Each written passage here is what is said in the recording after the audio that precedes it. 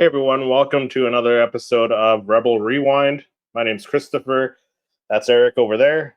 And today we got a special guest chatting with us and giving us his input and his takes on our news stories for the week.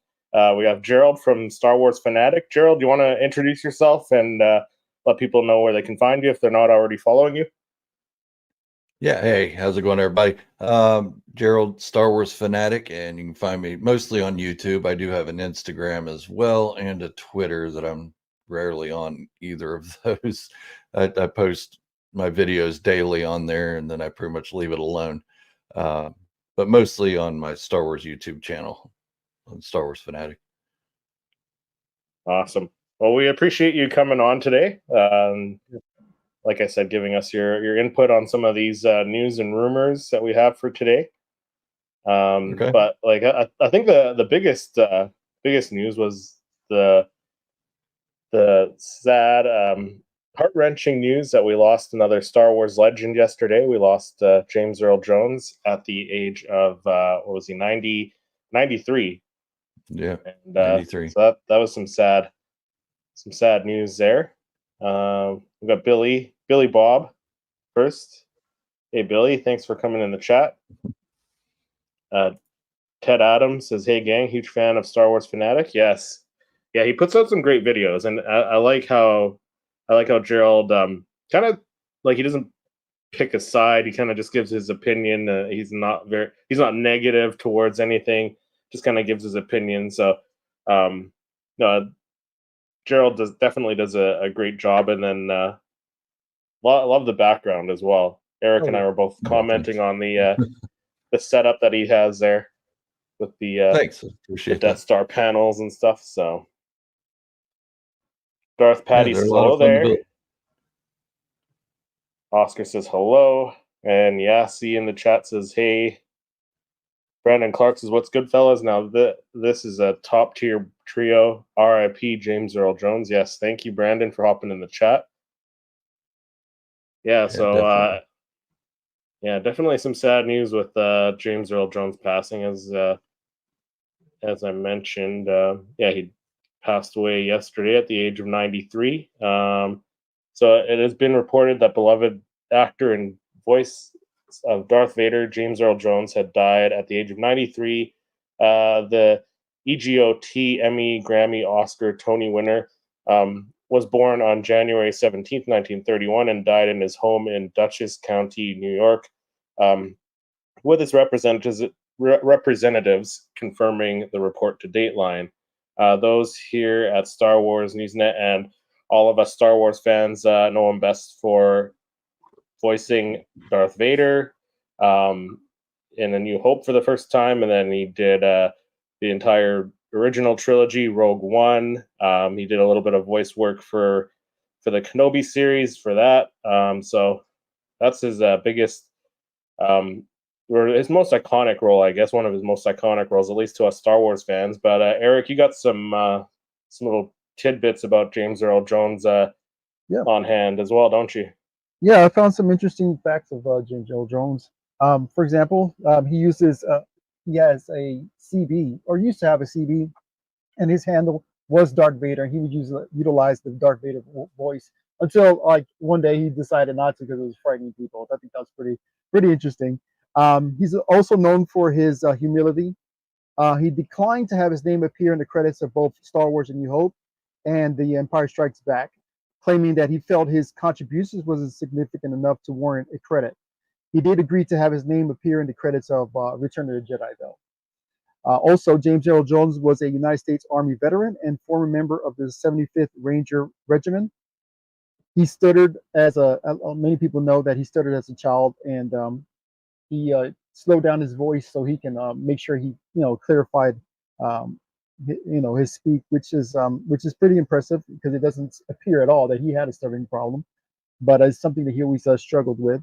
Also, he narrated a documentary called Black Indians: An American Story, 2001, which explores issues of racial identity between mixed descendants, people of Native American and African American heritage. James also himself is a Black Indian. He was also one of 14 individuals who won an EGOT, meaning that he won 4 major entertainment awards: Emmy, Grammy, Oscar, Tony. Uh, he does the voice for CNN, of course. And even before Morgan Freeman, James Earl Jones was the first African American actor to play the President of the United States in a film called The Man in 1972. I thought these was all kind of interesting. There's more out there, but Yeah, these were that I thought I didn't know he was the voice for what was the news one? CNN. CNN. Yeah, I didn't realize that. Yeah.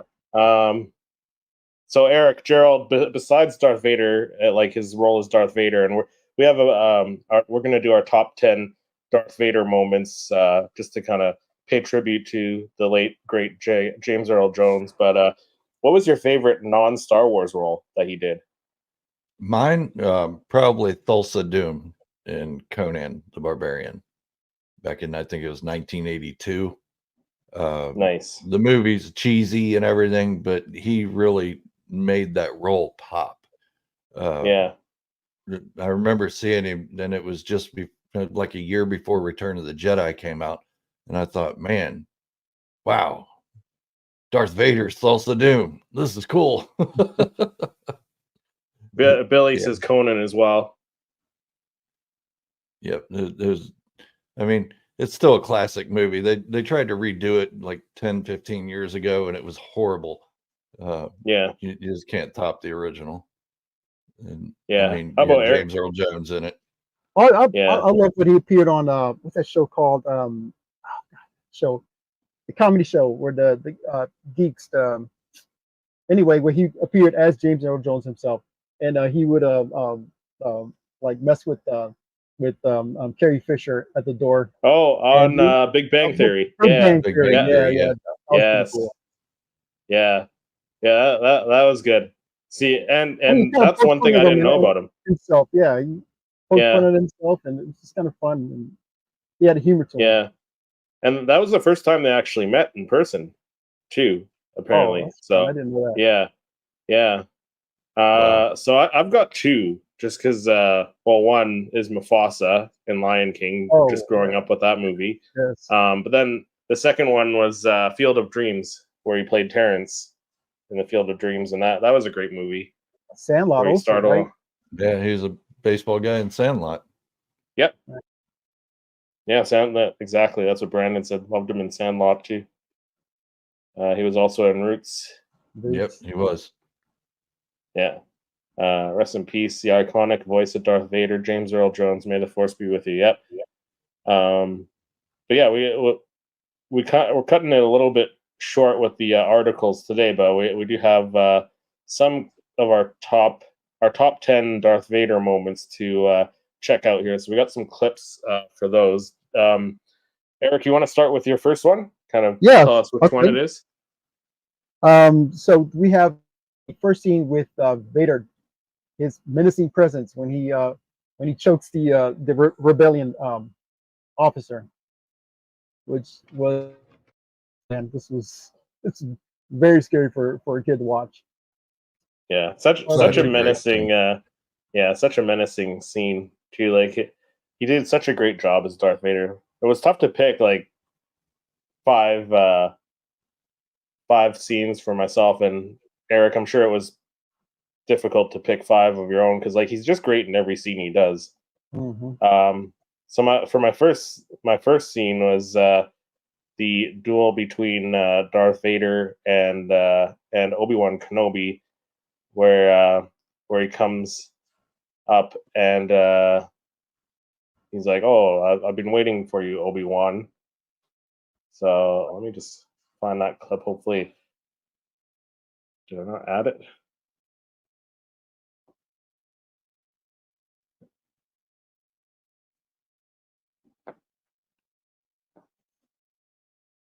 Okay, it wasn't.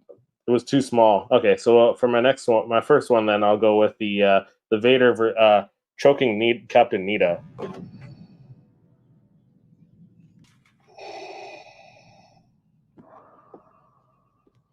Apology accepted, Captain Nita. Love it. Again, that great scene with Vader. choking out another Imperial officer. He's done a couple of those throughout the Mhm. series. Oh yeah, that comes to my next one. So you got Vader choking Marty as punishment for the lack of faith. Is my next favorite moment.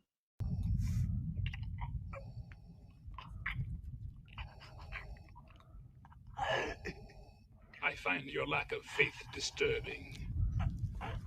Enough of this. Vader, release him. As you wish. Yeah, so iconic. Mhm. Yeah, great scene. All those from A New Hope. Your I lack of was faith. what, four Your and a lack half of years articles old when it disturbs came me. out. Oh, really? Yeah. So you saw it on the big screen then for the first time when you were Yeah. 4 years old, Yep. eh? Yep. Awesome. R.I.P. Yep, Antilles. 1977. LOL. I find Yeah, your lack until of he faith didn't stand a disturbing. chance. Yeah, he's now #1 with the Force. The circle is now complete. When I left you, I was the learner.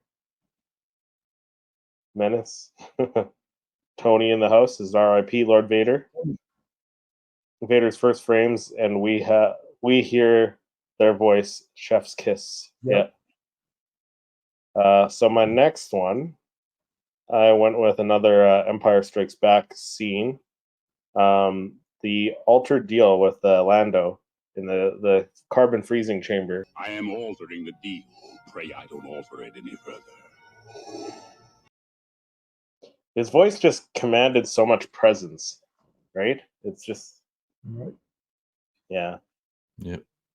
I got another video, but this one's a non-speaking role. But this is Vader destroying the rebels in the Rogue One in the hallway scene. You got that one? No, I replaced it with the trooper, the Okay, rebel okay. choking the trooper. All right. So the last one would be the Vader and Obi-Wan. I know this was a AI kind of synced with Hayden's voice, but Yeah. Anakin's gone. I am what remains. I am not your failure, Obi-Wan. I love the Yeah. combination of the two voices in that one. Yeah, that mix is really good. Yeah. Emotional. Yeah, I'm not sure how much voice work he did. Like, it sounds like some of it's new, but they could have reused some lines there as well. But either way, they blended it really well. Yeah, So my next didn't one, James Earl Jones say not- they used AI for him for that? Yeah. yeah, and that's something I saw as well in an article that he signed his rights to use his voice after his death. So Yeah. it won't be the last time we'll hear his voice in Star Wars, I'm sure. Yep. But yeah, my next one is another Lando one, where Darth Vader comes out of torturing Han Solo and tells Boba Fett that he can have Han when he's frozen, pretty much. So another iconic scene. All of them are just iconic scenes with Vader. Such a great job. Vader, you may take Captain Solo to Jabba the Hutt after I have Skywalker. He's no good to me dead. Lord Vader, what about Leia and the Wookiee? They must never again leave this city. That was never a condition of our agreement, nor was giving hand to this bounty hunter. Perhaps you think you're being treated unfairly? No. Good. It would be unfortunate if I had to leave the garrison here. I love how he just like walks by Lando. Like Lando's like Lord Vader, and he just ignores him and walks right over to Boba Fett. Billy said drive-in theater first time I saw it. Auntie K's Tarot said my first Star Wars was also a drive-in theater, but it was Empire. I was 5. Brandon said it's not OG trilogy Vader, but when he storms at Reva down the hallway, you were warned. Yes, that was another great one too. Like I said, like too many great scenes to pick as well. Knut says hello and good night, Gerald. Yeah, good night, Knut, if you're still on there. Thanks for coming in. Patty says my typing sucks. I'll shut up now. No, that's okay. All good, Patty. Ralphie Boy says hello there. Hey, Ralph. That's so intense. Bruce Campbell. Bruce Campbell, the celebrity, really? First saw Star Ash Wars when himself. I was around 6 or so, eating pizza at home with the family. I didn't touch a slice. I was enthralled with Yep. Vader. He was terrifying, and I loved it. Best villain ever. Yes, and he's hard. He's hard to fill those shoes. Like we had Kylo Ren, who was good, but I mean, I don't think anyone will match Vader's presence. No. Shivers. Yeah, I love the scene with Ahsoka and Rebels. Season 2, Twilight of the Apprentice. Then you will die. Yeah. Mhm. Well, hello, Ralphie. Yes, they used AI. Ralph saying, "Hey, Billy." No disintegration. Yeah. Love it. He sold the rights to his voice for future use after he's gone. Yep. I lived in a small town, so we had to wait almost until my 7th birthday to see it in our theater. Yeah. So my next one, I went with one of the more iconic scenes from Empire, the "I am your father." Obi-Wan never told you what happened to your father. He told me you killed him. No. I am your father. It's not true. Search your feelings. You know it to be true. Luke, you can destroy the Emperor. He has foreseen this. We can rule the galaxy as father and son. Yeah. Obi-Wan never told you what happened to your father. No, I am your father. Yeah. Robot Chicken did a great job on this scene. Yeah. Funny thing But- is, when that came out in 1980, we didn't have VHS or Yeah. DVDs or anything. So we had to wait 3 years to find anything out. And we couldn't rewatch The Empire Strikes Back unless it came to theaters again. So Right? for 3 years, you're just hanging on like, oh my God, man, what? Just tell me. Right? And there were Yeah, no you're articles or spoilers or anything. George Lucas I was know. very tight-lipped. Times were different back then. Almost better in a way, without all the social media and people being so toxic about stuff. Well, they hated it back then too, but you didn't hear it much Yeah, because we they didn't didn't have hear the it. social media. Exactly. That's what it was, right? Ricky says, Hey, Ricky. But Ricky, Good evening, everyone. Sad day yesterday. Yes, it was. Billy said, question, did James Earl Jones do the voice over before or after filming? I'm pretty sure he did it after, didn't he? Yeah, he did it afterwards. Yeah. Ricky says And double that dipping on really both channels. made David Proust mad. He was really mad about that. Exactly. Yeah. Could you imagine if James Earl Jones didn't do the voice of Darth Vader? Oh my It God. would have been different. It would have been way different.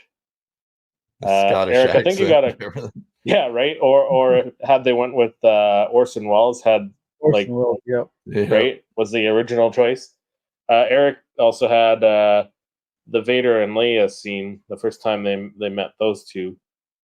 The first time those two met in Star Wars, which another iconic scene. Again, just iconic. Yeah. That Before we voice jump still into gets me. before we jump into Eric's last one, he had the Cloud City conversation there. I got one more as well. I'd like to throw up for myself. That was a favorite of mine from Rogue One, where he's choking again another Imperial officer, Director Krennic. Director Krennic, you seem unsettled. You were not summoned here to grovel, Director Krennic. I expect you not to rest until you can assure the Emperor that Galen Erso has not compromised this weapon in any way. Be careful not to choke on your aspirations, Director. Yeah, that one goes right up So there good. with Love it. apology accepted. Love it. Man, it's so menacing. When he kind of like looked up at him, like, oh crap, he's getting closer. Yeah. I love that scene, man. I love the scene in Dark Empire. Luke finds himself in Exegol, spiky tortoise, with Sidious's clone. We have had many debates about that scene. My ex-wife saw Empire in her junior high school French class with no subtitles, so basically got her to watch it for the first time where it made sense. That's awesome. Vader speaking for the first time in Revenge of the Sith to Palpatine after he suits up. This is my favorite line. Where is Padme? Is she safe? Is she all right? Yes. And then the some would say blood curdling no scream that they added in a later version. So saw ESB and ROTJ double feature in '83. Memories. Yeah, that must have been awesome. Vader's dad joke to director Krennic is my favorite. Yeah. If I were John and Dave, I'd throw that scene in movies they were working on as a vision. Yeah, that'd be cool, right? Yeah. Who has seen the clip of James E. Jones' son came after seeing A New Hope? I have not seen that. No.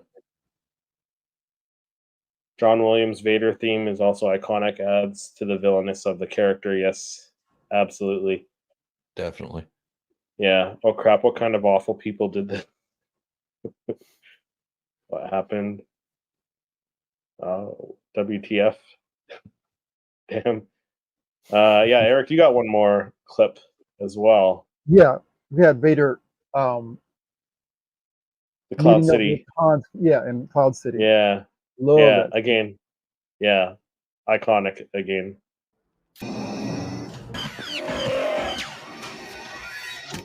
We would be honored if you would join us. Love Yeah. that. Yeah. They don't So many pose good scenes. zero threats to Vader, man. Yeah. Love Yeah. that scene. None. He didn't even use the lightsaber to block the blaster bolts. He used his Nope. hands. Yeah. Disney tantrum. Oh, maybe. Disturbance in the Force. Yassi said. Yeah, so that's our little tribute to James Earl Jones. Again, rest in peace, James Earl Jones, who you will be missed for sure. But let's jump into our articles and rumors for this week, starting with a rumor that we have about Brie Larson as Darth Revan. So this we've seen this. Well, I've seen it posted on Facebook and I think Instagram. I saw a posting about this. So this one comes from the direct. Is Brie Larson's Star Wars Revan movie real or fake? Speculation explained. Is Brie Larson making a Star Wars Revan movie? A poster is going viral on Facebook teasing the release of a supposed live-action Star Wars Revan movie being released in 2027. Listed as the leading star is Captain Marvel actress Brie Larson. The poster includes Larson's name and an image of the female Jedi donning purple and gold robes along with the black and red mask. She is also holding a purple lightsaber in her left hand and a red one in her right hand.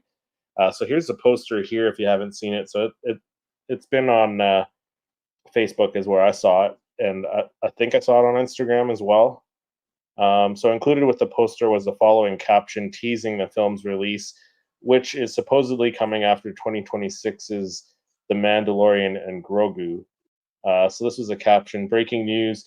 Disney has announced that they were moving away from streaming shows and moving forward with more movies. The first after The Mandalorian and Grogu in 2026 will be what fans have asked for years.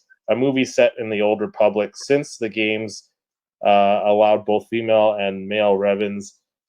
They have cast the fan favorite from the MCU, Brie Larson, as the lead role to add to the diversity of the project. So, unfortunately, this poster is nothing more than a computer-generated image and therefore fake, but it looks pretty real. But what do you fellas think about if they were to do this and cast Brie Larson as Revan?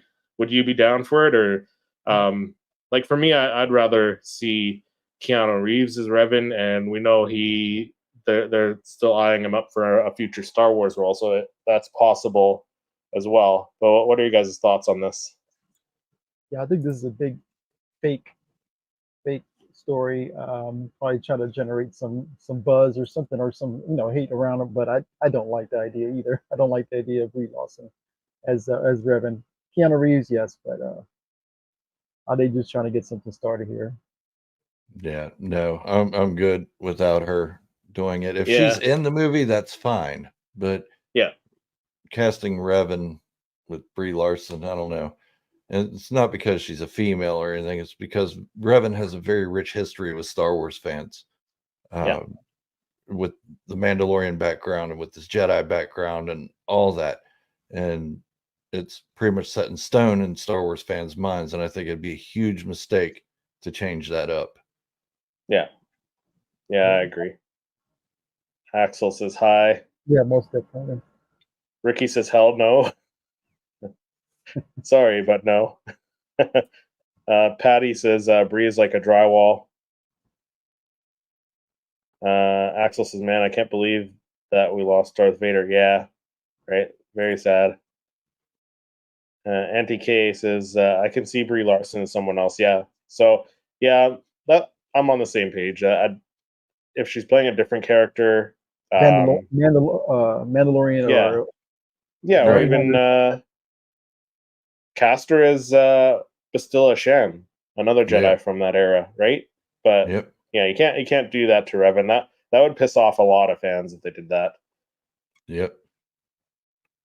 Lousy actress and not a very nice person. I mean, Yeah, I've heard. I don't know I've her heard that. personally, but yeah, I've heard it too. Yeah. Yeah, but either way, interesting that they chose to do that and chose to post that. yeah, I just think the story all in all is just a fake. But we're Yeah. gonna go ahead into my first story. If you guys don't have any more comments rather than other than no, but yeah, Taika Waititi. All right, so we got what's going on with Taika Waititi's Star Wars movie. So this story is by Matt McGloin. So he supposedly had conversations with other insiders at an insider at a recent Comic Con. It's so funny. It said a Comic Con, right? A recent Comic Con has informed me that Taika Waititi is definitely not doing his Star Wars movie at Lucasfilm. Insider filled me in with the reason Taika Waititi isn't no longer doing his Star Wars movies because of Thor: Love and Thunder. Taika Waititi recently came out and said he only did the Thor movie for the money, and that basically that Thor is on the bottom of the list of superheroes.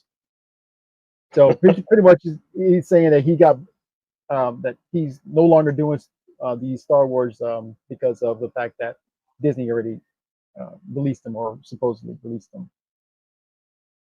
I'm not sure if Yeah, I heard. any, I heard a rumor that he and Leslie Headland were canned. I know the Acolyte season 2 isn't happening, but I didn't know she was canned completely from Lucasfilm. I thought maybe they'd put her on a side project or something like that.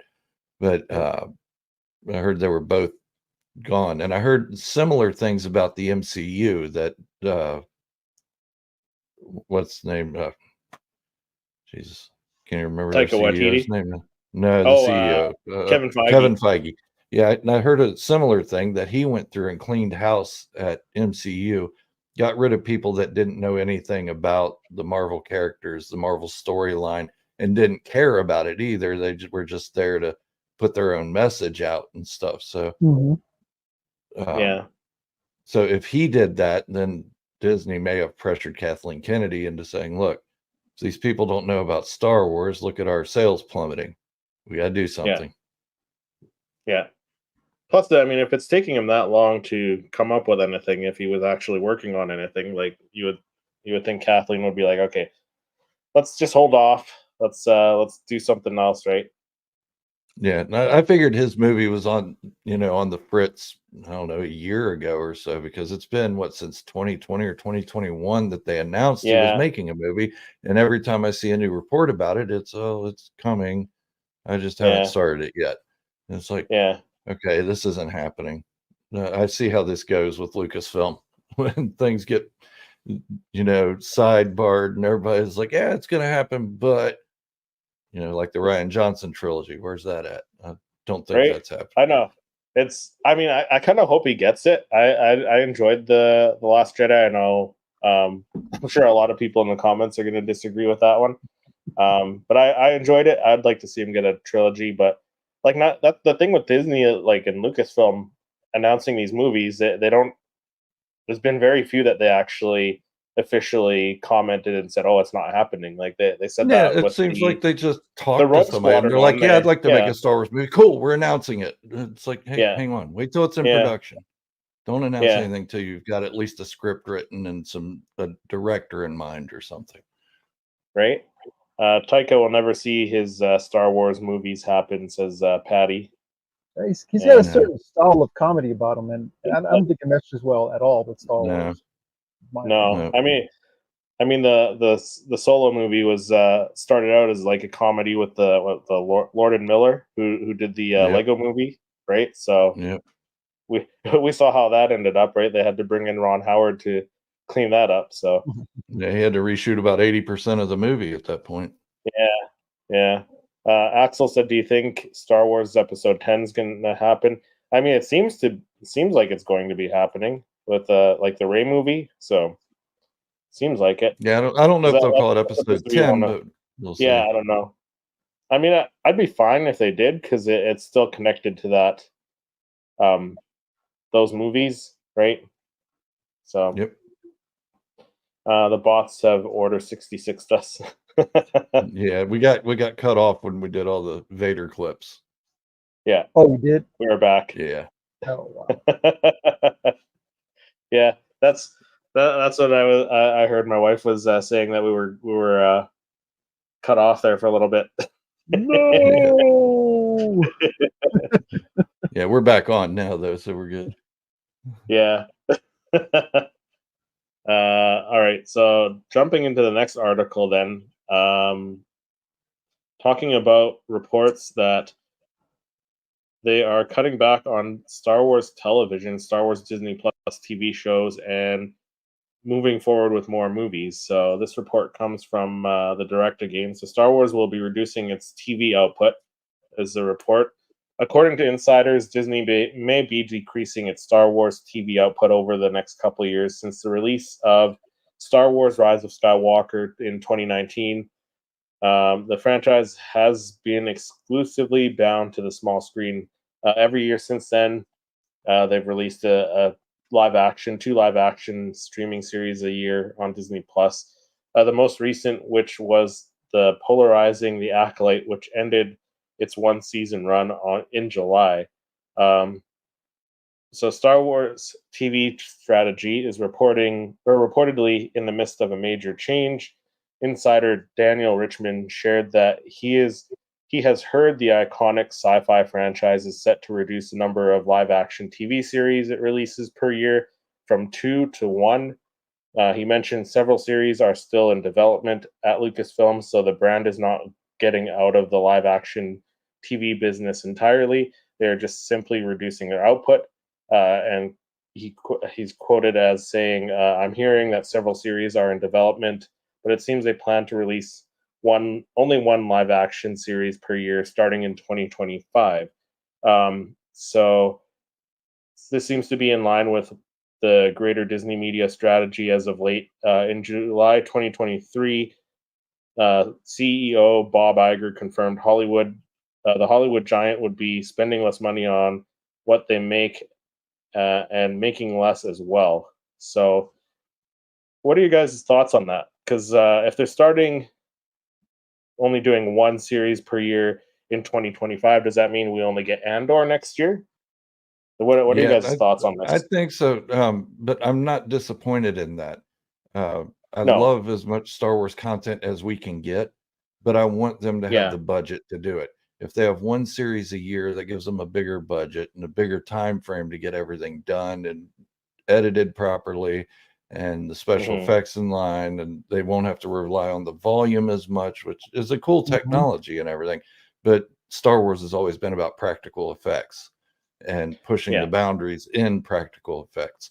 So we'll get a bigger budget with that and have more models, have more stuff. Like, I mean, who doesn't love the Millennium Falcon? That was a model. Amazing stuff. Yeah. I'm all for it. Yeah, it's gonna suck only having one show, but hopefully they make the ones past Andor, because we know that's only gonna be 12 episodes. So hopefully they make the ones past Andor longer, like a 20 episode season. You know, Yeah, with the that'd be mid-season amazing. break, and then Yeah. go on. Maybe they could have a production value similar to House of the Dragon, or even Rings of Power, where everything just looks amazing. Mhm. Yeah. We can argue about the storylines all day long, but the look of it and the feel of it is just great. Yeah. Yeah, I like And the if idea you're that they- not putting the effort into these like two or three series a year, it's like you can put that money into the movies as well, which is good, because Yep. we missed Star Wars in the theaters. I mean, it started out being movies in the theaters, and that's where the roots are, right? So, Yep. but Eric, you were saying something there as yeah, well. no, they need to concentrate, you know, their manpower, just concentrate on one good story, write it really, Yeah. really, really good, right? And then just, you know, just concentrate on just that one, and then your film, or, you know, how they're going to do it. But yeah, no, definitely they're doing too much, I think. And if they could just concentrate and make less but really good stuff, you know, I won't be mad at all. I like this Yeah, I'd idea. like to Yeah. see longer series too, more than 1 or 2 seasons. Let's go with, 4 or 5 seasons of something, and Yeah. let it play a whole story out, rather than just getting a little chop of it, of 16 Mhm. episodes out of 2 seasons. Yeah. Yeah. Or even the 8 episodes. Like 8 episodes isn't enough to tell No, a full not at all. story either, because we saw that with the last season of The Mandalorian. Like they didn't tell the story that they wanted to tell with all the Mandalore stuff. They could have told, right? They could have told way Yep. more story with another 8 episodes, right? Or not even another 4 episodes, right? They could have done a lot more with that. Yep. Yeah. Patty says less is more. Less is more is the way to go. Put your time and effort into one project at a time. Yeah. Exactly. And I don't think that means, because like the article says just live action TV, so I'd imagine we may get like maybe an animated series in there as well, and or like something like Tales of the Jedi, like a 6-episode animated thing would be cool to have, like to give us some filler between live action stuff. That'd be cool as well. I'm not mad at And that then either. if they're doing a movie a year as well, because we get the first one in 2026, 2027, right? So I mean that would mean Andor next year in 2025, and then Ahsoka season 2 2026, I guess. Yep. They start So, filming that, I think, in August of 2025, the Ahsoka season 2. yeah. So it looks like it's going to line up with the release of the Mandalorian and Grogu movie. So I think Eric, was last episode or the episode before, we were kind of speculating that maybe those two, like the season 2 of Ahsoka and the Mando and Grogu movie, are going to tie in somehow, right? So Yeah. the Acolyte looked like it was filmed in one weekend. Rings of Power looked like they took the time to work on it. Yep. Yeah, if you're comparing the two, definitely. Yep. I didn't hate the Acolyte. I just thought it could have used more time in the production. Yeah, I agree with you. I really enjoyed the Acolyte. I am kind of bummed that we're not getting a second season, because there's a lot of series that don't do great the first season, and then they come back for a second season, and the second season is like way better. So that could have been the Acolyte, but we got what we got, whether you liked it or not, right? So Yep. All right, so my next story, we're going to talk about the Mythosaur. We got some images, and I think that if in a little bit we'll click on that image, it's going to take you to a link, Chris. But so the Star Wars gives us the best look yet at a Mythosaur. After initially being teased in The Mandalorian Season 3, Star Wars had provided a full look at the first live-action Mythosaur, and thus a sneak peek at what's to come in the future. The The mythosaur has long been the symbol of the Mandalorians, and with it being painted on Boba's armor back in The Empire Strikes Back, the creature has highly significance to the Mandalorian people. Seeing it as the warrior's ability to tame these massive beasts, that helped to make the Mandalorians so renowned. Now, mythosaurs have become more important than ever. Shared by Cobalt Green 1138 on X, a new Star Wars Topps trading card reveals the first ever look at a live-action mythosaur. It builds greatly upon the small tidbits that we see on The Mandalorian Season 3, which only saw like the eye, the scales, and the curved horn. The image breathes more life into the creature, making it the closest Star Wars has perhaps come to bringing it to life. And so why is this important? It mentioned in by the armor that in the book of Boba Fett, the mythosaur is at the heart of the Mandalorian prophecy. The armor described a mythosaur rising up to herald a new age for the Mandalorians. It would also be no surprise for the mythosaur itself to rise and defend its homeworld, thus fulfilling the prophecy that the armor has shared. The first full look of the Mandalorian mythosaur seems to only further tease this inevitable future. So if you get on the image that it has, either further up, there you go. Click on that image right there. Yeah. Actually, that is. Did you click on the link? Okay, yeah. So yeah. So that's a pretty good look at it. Impressive. Yeah, that's mean looking. I like that. And hopefully we'll get Grogu to be able to tame one of these guys. Right, Grogu taming it, riding it. Yeah. I was really hoping for Boba Fett to step into it. Yeah. Well, make his character a little more in line with what he was in Legends. But he's already said he's not going to be in it, so that stinks. Yeah, which is unfortunate. He could be lying to us, so maybe he's lying to us, or maybe he just maybe he shows up in the Dave Filoni Star Wars Endgame movie that they're calling it, right? Where all these shows come together in that movie, right? Yeah. So he's just trying to throw us off. Yeah, I think so. I wouldn't put it past Tamora to throw us off like that. But that's really impressive. If we get to see that in the movie, that would be crazy, because they did kind of tease it, and they kind of didn't give us anything by the end of the season, right? I thought we would have seen the full thing by the end of the season, but we didn't, which is crazy. All right, so the next article, which is one I just saw today, so this one is from StarWarsNewsNet.com, and apparently Disney is being sued over the use of Peter Cushing's image in Rogue One. So in Rogue One, where they did the digital deep fake, whatever you want to call it. I don't think it was deep fake technology, but they did the digital over a different actor, and basically the London-based film company Tyburn Film Productions is suing Disney for using Peter Cushing's image in Rogue One.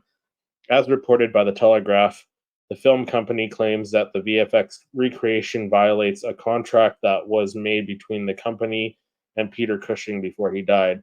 Even though a high court judge said that he was far from persuaded that Tyburn Film Productions would win the case, the judge also said that it did need a full factual inquiry. The film company claims that its agreement with actor Peter Cushing gave the company the ability to veto any recreation of his image with the use of special effects. Apparently, Lucasfilm and Lunik Heavy Industries, producer of the original Star Wars films, did not ask permission from Tyburn Film Productions when they were recreating the image of the actor for Rogue One. Lucasfilm and Lunik Heavy Industries state that they did not believe permission was needed because the terms under his contract that go back to 1977. While Disney and Lucasfilm may not have asked for permission, they did reach an agreement with the executors of Cushing's estate, granting the estate a fee for the use of his image. Carrie Fisher was also appears in Rogue One, is a digital recreation. Also gave her permission to the the filmmakers. She died less than 2 weeks after the release of the movie. So, what do you guys think about this? I don't know if there's I don't know if this Tyburn Films will win this case. I highly doubt it. They're going up against Goliath, Disney, who's like Goliath in this. So, yeah, I don't know. I don't know if they're going to win it, but Yeah, I guess they no. can try. That'd be like Rhode Island going against Russia. Right? It's not going to happen. Yeah. Yeah, no. But People just need to quit getting trigger happy. It's been what, 10 years since yeah, Rogue it's been One came almost out, it's been almost a and they're decade. just right? now So, like, oh, wait a minute, we have the rights to this guy. You're just now Yeah. figuring this out? No, you would have known that. Yeah. Peter Cushing is not a small actor, or was not a small actor. He was a big name. He was a huge name to even be in Star Wars. So much of a huge name that George Lucas let him wear slippers until to show his feet. So, yeah, I don't know. They might have found some clause in there somewhere where Peter Cushing was drinking coffee or bourbon one night, and he's like, "Yeah, whatever, just get out of my tent," you know? Yeah, right. It's a juicy story, man. It was more complex than I thought it was originally when I heard you guys talking about it. But yeah, wow. Yeah, it's definitely interesting, right? I mean, I'm kind of wondering if this other production company, that Tyburn Film Production, I wonder if they're kind of needing some money, and that's why they're doing this all of a sudden. Because like almost a decade later, it doesn't make sense. Yeah. Yeah. Patty says his family gave their approval. Full stop. Yeah. Right. Yep. I mean, that's pretty much binding if the executor said yeah. Yeah. So, right. I mean, even the judge said, "I don't think you're going to win this case, but let's pull up some facts and see what happens." Right. It's like Disney's probably paying one of the judges, right? They'll probably have their own judge that they have come in, right, and fight the case for them. He hurries up, takes off his Mickey Mouse ears, and throws them down before he sits on the bench. Yeah. That's awesome. Yeah, I don't know. People are just too trigger happy with suing people nowadays, I think. Oh yeah, definitely. For sure. These lawsuits need to quit. Yeah. Like the whole Scarlett Johansson suing Disney because her movie didn't go to theaters. Well, it was COVID. Right. Theaters were shut down. I'm sorry. It can't go to theaters. You want us to wait 7 years or 10 years or however long this pandemic's going to last? We'll put it out then. Or put it out during COVID and nobody sees it, right? And then they're like, well, you know what? Your movie was a bomb. Then it goes straight to streaming anyway. Yeah. So yeah. Doesn't make sense. All right, so last story for this evening, or at least my last story. So Manless Stamblers stands target YouTubers over the Acolyte cancellation. This is a juicy story. Some fans of the Acolyte targeting YouTubers over the cancellation of the series, following Amanda Stenberg's recent video where she blames fans for the cancellation. A small amount of her supporters have taken to social media in an attempt to get Star Wars fans' account on YouTube shut down. In this, Stenberg says that she blamed the alt-right and conservative fans. So what does Amanda Stenberg's supporters say? In a recent letter addressed to YouTube, Stenberg supporters who claims represent YouTube Star Wars fans criticizes the platform for allowing channels like Geeks and Gamers, Arcade Outpost, and Nerdrotic to engage in targeting harassment and racist attacks against marginalized actors in franchises like Star Wars The Acolyte. The letter claims that we understand that YouTube has an important role to play promoting free speech. However, content uploaded by Geeks and Gamers, Arcade Outpost, and Nerdrotic are not opinions or criticism. It's a prolonged target harassment against women of color, and we urge YouTube to enforce the community guidelines and pretty much demonetize these channels immediately. So that's the story. But my little hot take on it is that I think, in my opinion, I mean, who cares what my opinion is? But I'm going to give it anyway. these individual YouTubers have their own right and their own voice to, and the freedom of speech, really, to give their opinion on their own channels. Yeah. I think the only reason why these channels are being targeted is because they have a huge following, right? Just recently, Star Wars Theory himself put out a video on his own channel being targeted by Star Wars Explained for the same or similar reasons, claiming that his channel is targeting female actors of color. These are the claims, but to put a claim as heavy as that, you need to just come out with just a claim, but also facts. So it's now unacceptable to criticize an actor or an actress, or that's underperforming, or possibly a director that's not writing a compelling story.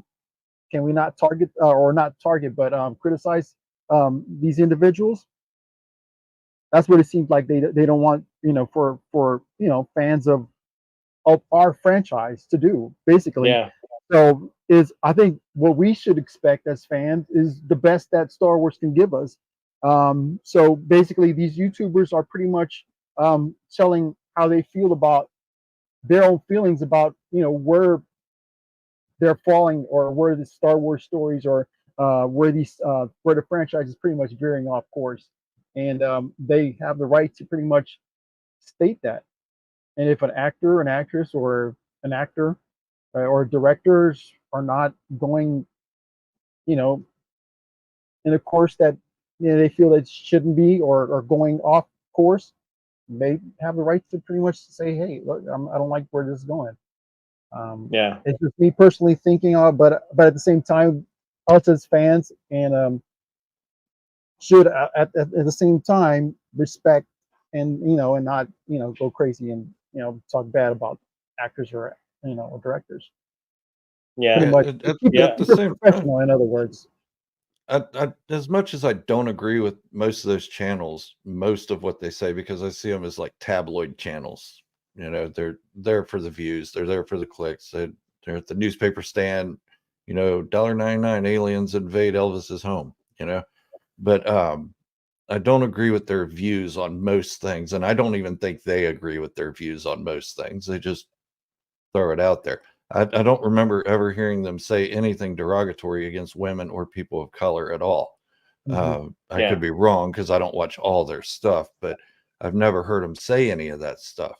And to come out and bash them because they didn't like her show because of her color or sex or whatever, that's just not right. Because if we look at Andor, amazing show, amazing production value, amazingly written, acting, everything is spot on. There are a couple little wonky spots in it, but not enough to ruin the entire story for you.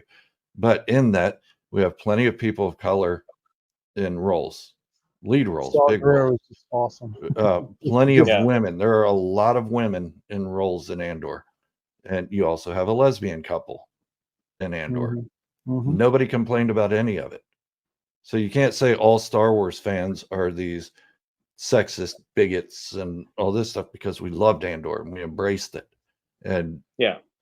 people still talk about it now, even 2-3 years later. And this is just an overreaction because their show got canceled. That's all it is. Pretty much. Yeah. Yeah, I'm totally not for attacking people like of their race or their gender. Definitely not. Yeah. But And like Patty says here, Patty says, I saw a post on X saying, keep your effing, well, you can read that, out of Star Wars. That's not that's not criticism. constructive at all. No. And we don't need any of that. Like, people are saying rude comments like that about Star Wars Theory and these other channels, right? People who enjoyed the Acolyte. We don't need that kind of talk. It's fine to criticize the show for the acting and stuff like that, but you don't need to make disrespectful comments like that. But exactly, like to go after these other big channels for giving their opinion, and kind of going after their livelihood, because they're full-time YouTubers, right? They're making their money. This is how they're making their living. That's not right either. Like, yeah, right. And free speech works for everybody if you agree with them or not. And I don't agree with any of that stuff at all. I don't, but they have the right to say things that I don't want to hear. And they have the right to say things that Amanda Stenberg doesn't want to hear. And most of my problem with The Acolyte had nothing to do with the story. It was the production of it. It was the writing. Well, not really the writing so much, but the acting. The acting was just atrocious. I'm sorry, Amanda, you didn't do a very good job at it. And Vernestra Rowe, sorry, my God, a pencil would have acted better. Yeah. And the music, like what was that Manny one Jacinto. Weird song at the end of that one episode? Yeah, that was kind of R&B kind of. Yeah. I mean, other than that, the music was great. Manny Jacinto was great. Awesome. Loved his character. Lee Jung Jae as Soul was great. Yep. I think he did a fantastic job. But yeah, Amanda wasn't my favorite actress in the it. girl, what was her name? I forget her name. The one that got the 3 stabs. Oh, Jackie. She was awesome. Jackie, yes. Jackie she was great. Awesome character. Awesome actress too. She nailed that part. Yeah. Agreed, Gerald. Says Patty. Thanks, Patty. Yeah, just. So I thought that was an doesn't have interesting to. story. Somebody had to talk about it. So. Oh, absolutely, and it's something that's still going on. Like we're seeing other videos making videos on this topic. Like I don't know. We should almost jump on the Star Wars Explained versus Star Wars Theory stuff that's going on and get our views from that. Oh boy. Yeah, right. Yeah, that's why I stick to myself a lot of times. I'm like, hey, not gonna involve this stuff. I'm just gonna talk about Star Wars. I'll watch from the sidelines. So I wanted to share this story. I thought it was kind of a fun, lighthearted story for the last one for the night. Fantatrax is saying that Manny Jacinto, who played Kymir, although he did not get the second season of The Acolyte, it's reported that he is a contender for People's Sexiest Man Alive. Manny will compete against Euphoria's Jacob Elordi and Red, White, and Royal Blues Nicholas Galzatine and Gavin Gasalenjo from The Summer I Turned Pretty. So all the best for Manny.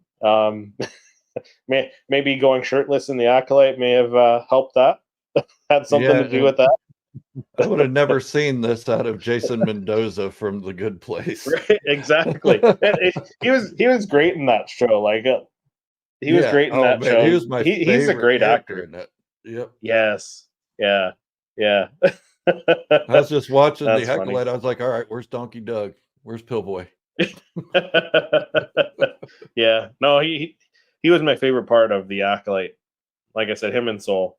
But hey, if Sexiest Man Alive or People's Sexiest Man Alive is maybe he gets that, and maybe that'll ease the pain of not getting the second season of The Acolyte. Or maybe it'll spin off another series or movie or something where it's there you go. on him. Yeah. Because I'd like to see what happens with his character, where he came from, and all that stuff. There's so much that they didn't finish. Yeah, and that's the thing. Like, we're not getting a second season of The Acolyte, but they could continue these stories in other forms. I think Eric and I were talking last week that they could even do like a Tales of the Jedi or a Tales of whatever and show some of their stories in that as well, right? So they can keep bringing these characters in other shows or other stories, right? So, but that's all for this evening. Gerald, thank you so much for coming on and giving us your having me. Your I appreciate on this it. Stuff. It was Everybody fun. got on the same page with the shirt. Yeah, Vader. This wasn't planned Vader, at all. We're all wearing our Vader shirts. Eric's got his little Vader in the corner there, co-hosting with us. Gerald, do you want to let people know where they can find you if they're not already following you? Yep. If you're not following me, just Star Wars Fanatic on YouTube, which I will be changing my channel name. I've announced it on my my own videos because I've been revamping the way I do my videos and everything, and just reformatting everything and doing it a little crisper than I used to do. Dedicating more time to each video and each script that I make and everything. So I've given my viewers the opportunity to come up with a channel name and put it in the comments of one of my videos or one of my community posts. And then today I was supposed to go through, pick my 5 favorite ones, put them up for a poll, let everybody vote for them. And then whatever they decided, that's what I was going to stick with. As long as it wasn't something goofy like doo-doo head or something, you know. But yeah, I'm gonna that's the plan for the next week. Where right now I've been concentrating a lot on the Andor series because I've been rewatching it and just really getting back into it. Yeah, and I Me and think my wife just watched that. Just I finished think I'm watching- gonna do that with all the series. Just go through and just grind the hell out of them and do that. But yeah, it's Star Wars Fanatic on YouTube for now. I will make the announcement when that changes. I'm on Twitter and Instagram as well, but I really don't get on there all that much. yeah, awesome. Oh, one more question before you go. How are you feeling about Skeleton Crew?